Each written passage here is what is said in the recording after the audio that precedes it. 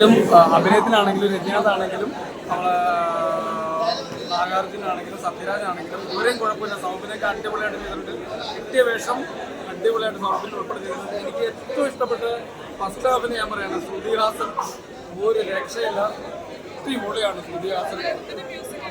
അനിരുദ്ധിന്റെ music നമുക്ക് ഫൈനലിലേ പറയാൻ പറ്റുള്ളൂ. ഇതുവരെ കുഴപ്പമില്ലാത്ത കൊണ്ട് ഫൈനലോട് വന്നെങ്കിൽ നമുക്ക് പറയാൻ പറ്റുള്ളൂ. പക്ഷേ ഞാൻ ഉറപ്പ് പറയാണ്, ജയിലർ പോലെ അത്ര വലിയൊരു പടമാവാൻ സാധ്യത കുറവായിട്ട് എനിക്ക് തോന്നി. എന്തായാലും പടം ഹിറ്റാണ്.